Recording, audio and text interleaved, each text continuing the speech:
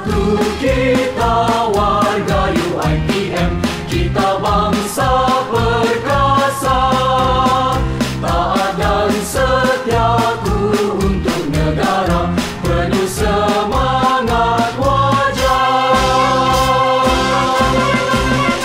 Kita jangan mudah terlupa pengorbanan perjuangan anak bangsa. Kita jangan mudah terleka kemajuan keamanan yang ada. Kita berterima kasih pada pemimpin-pemimpin negara. Kita rasa penuh bersyukur kerahmatan kemuliaan darinya. Kamilah penyambung pewaris bangsa, kamilah pejabat bangsa Malaysia, kamilah warga berwawasan untuk negaraku.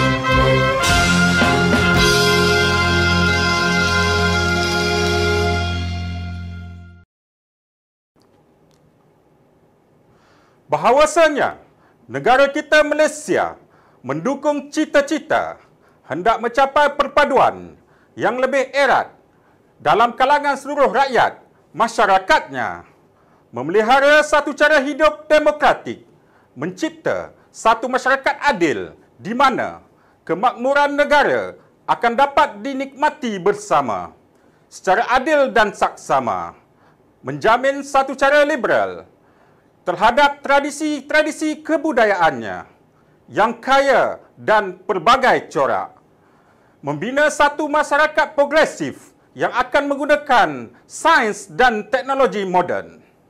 Ikrar. Maka kami, rakyat Malaysia berikrar akan menumpukan seluruh tenaga dan usaha kami untuk mencapai cita-cita tersebut, berdasarkan atas prinsip-prinsip yang berikut. Kepercayaan kepada Tuhan, kesetiaan kepada raja dan negara, keluhuran perlembagaan, kedaulatan undang-undang, kesopanan dan kesusilaan. Terima kasih.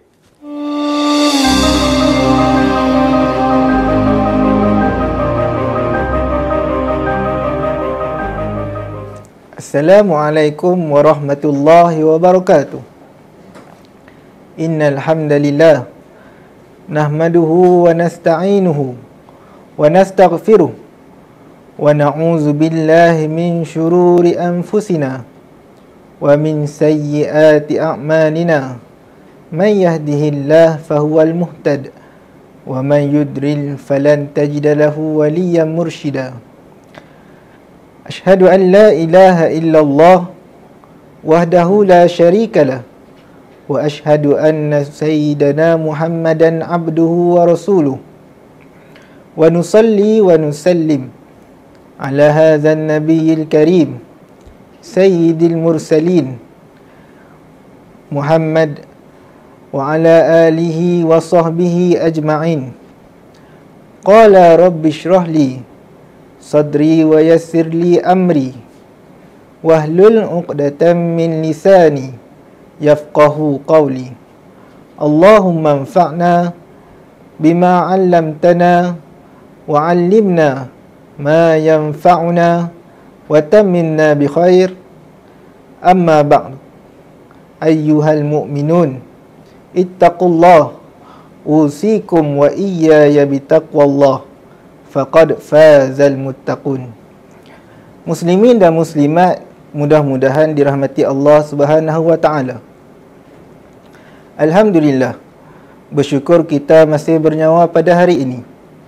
Kita masih lagi diberi kesempatan untuk mendengar tazkirah pada hari ini supaya kita memperbaiki diri kita dan bertaubat kepada Allah Subhanahu wa taala atas segala dosa dan maksiat yang telah kita lakukan.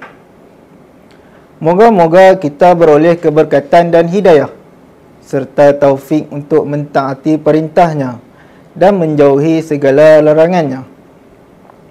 Pagi ini kita akan mendengar sedikit tazkirah yang bertajuk Kematian ialah suatu permulaan. Firman Allah Subhanahu wa taala dalam surah Al-Ankabut ayat 57. A'udzubillahi minasyaitonir rajim. Kullu nafsin za'iqatul maut. Summa ilaina turja'un. Sadaqallahul azim. Maksudnya, setiap yang bernyawa pasti akan mati, dan kepada kamilah akan dikembalikan kamu semua. Benarlah firman Allah yang Maha Agung. Ayat ini menceritakan bahawa mati itu bukan syaratnya tua. Mati itu bukan syaratnya sakit. Mati itu bukan syaratnya sudah bertaubat. Akan tetapi, mati itu pasti berlaku dan syaratnya adalah hidup. Setiap yang hidup pasti akan mati. Belakangan ini juga kita sering mendengar kes-kes yang melibatkan anak-anak ataupun mereka yang masih kecil terkorban atau terbunuh oleh pelbagai faktor dan punca. Kes-kes buli juga tidak kurangnya, melibatkan yang tua, melibatkan yang muda, mahupun lelaki ataupun wanita. Semuanya menjadi mangsa dan kehilangan nyawa mereka apabila telah sampai masanya. Ada yang dijemput ilahi ketika berada di masjid. Ada yang dijemput ilahi ketika berada di pasar. Ada yang dijemput ilahi ketika di atas jalan raya.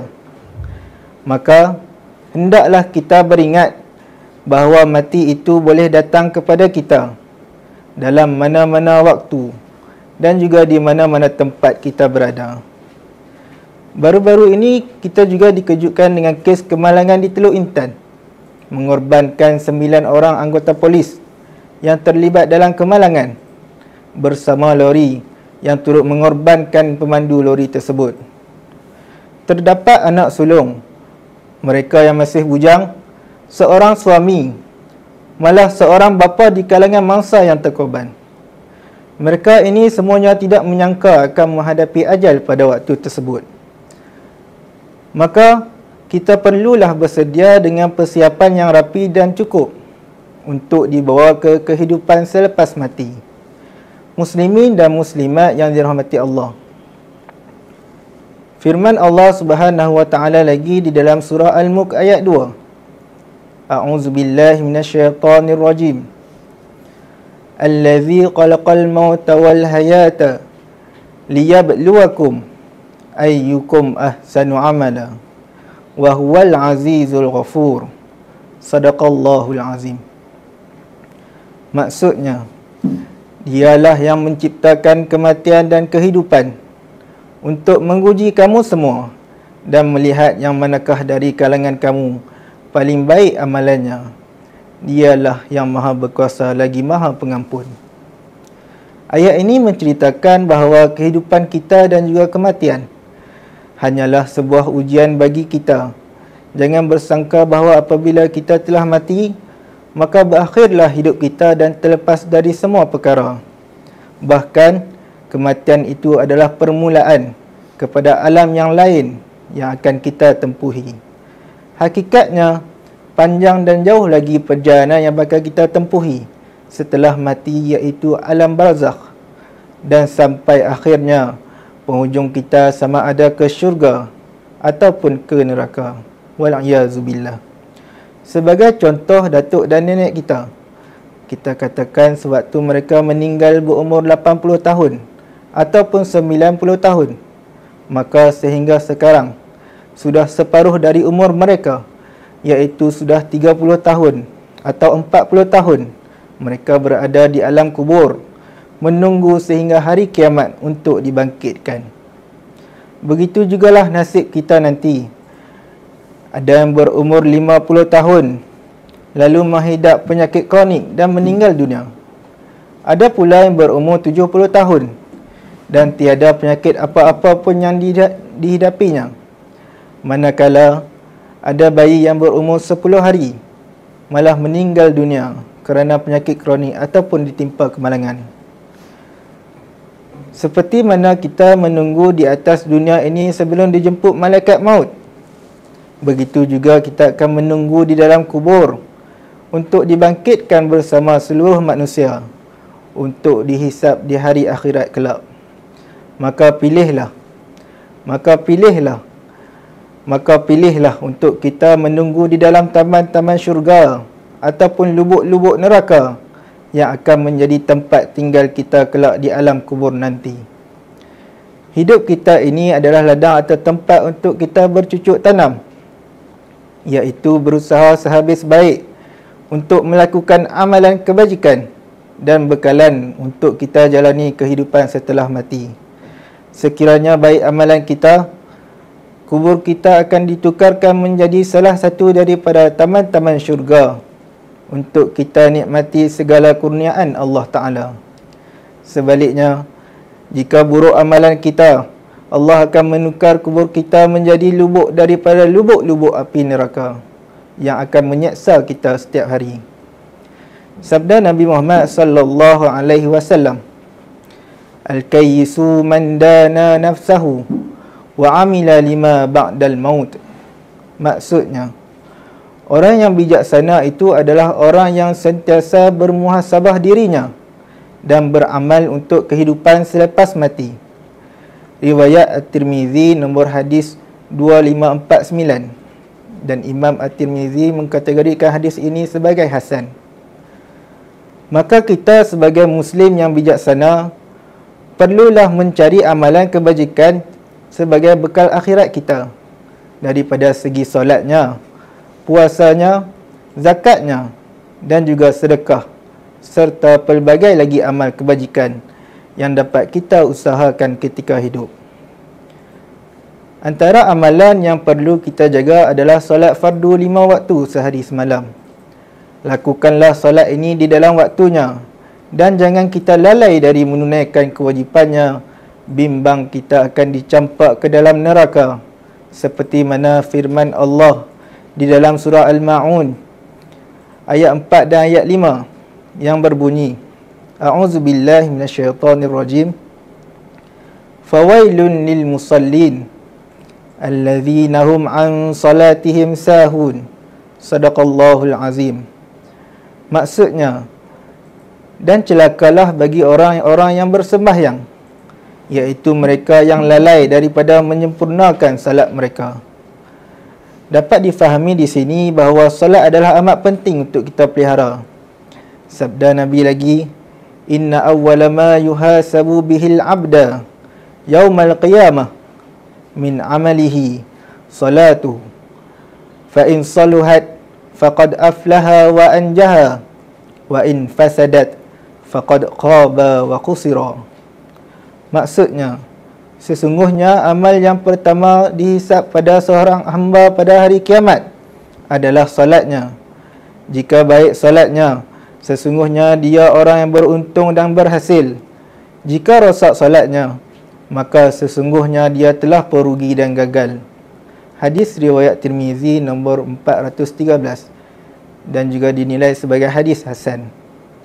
Di samping solat fardu yang dilakukan sebanyak 5 waktu, eloklah sekiranya kita turut menjaga solat sunat rawatib, iaitu solat sunat yang mengiringi solat fardu, seperti dilakukan oleh Nabi, iaitu 2 rakaat sebelum subuh, 2 rakaat sebelum zuhur, 2 rakaat selepas zuhur, 2 rakaat selepas maghrib, dan akhir sekali 2 rakaat setelah isyak. Solat sunat ini tidak pernah Nabi tinggal, walau dalam sehari ketika hayat baginda. Besar fadilatnya jika kita terus beristiqamah dalam menjaga solat fardu dan memperbanyakkan lagi solat sunat kita dalam kehidupan seharian. Nescaya solat sunat yang kita lakukan itu akan menampung solat fardu kita yang compang-camping pelaksanaannya. Sabda Nabi lagi, "Iza mata ibnu Adam in qata'a amaluhu illa min salas, sadaqatun jariyah aw ilmun yuntafa'un bih aw waladun salihun yad'u lahu." Maksudnya, apabila matinya seorang hamba Allah itu, maka akan terputuslah segala perkara kecuali 3 perkara, iaitu sedekah jariah, ilmu yang bermanfaat, dan juga anak soleh yang mendoakannya. Hadis daripada Abu Hurairah riwayat oleh Imam Muslim, nombor hadis 1631. Ini antara perkara yang boleh mendatangkan pahala serta saham kebaikan kepada si mati walaupun telah berada di dalam kubur. Ulama menjelaskan sedekah jariah ini adalah wakaf yang dilakukan oleh si mati ketika hidupnya, ataupun pewaris si mati itu yang melakukan wakaf atas nama si mati, dan pahala akan terus berjalan sehingga hari kiamat. Pelbagai contoh yang boleh diberikan untuk wakaf, seperti mewakafkan Al-Quran di masjid ataupun papan putih kepada sekolah untuk digunakan oleh murid-murid yang tidak berkemampuan masuk ke sekolah biasa. Kebiasaannya, kanak-kanak yang tidak bernasib baik ini akan memasuki ke sekolah tahfiz atau madrasah yang menerima pelajar tanpa sebarang yuran yang dikenakan. Apabila ramainya orang yang mewakafkan peralatan dan persiapan untuk mereka, khususnya mewakafkan duit untuk dicukupkan keperluan mereka untuk belajar dengan selesa, maka pahala anak-anak itu turut akan sampai kepada si mati yang telah dikebumikan di dalam kubur.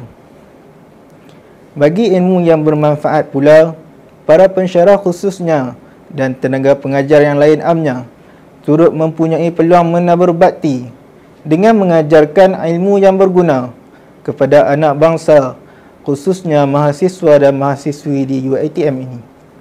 Segala ilmu berguna yang dikongsikan akan menjadi saham kebaikan kepada pengajar itu dan akan berjalan pahalanya selagi mana ilmu itu digunakan dan seterusnya diajarkan kepada orang lain pula.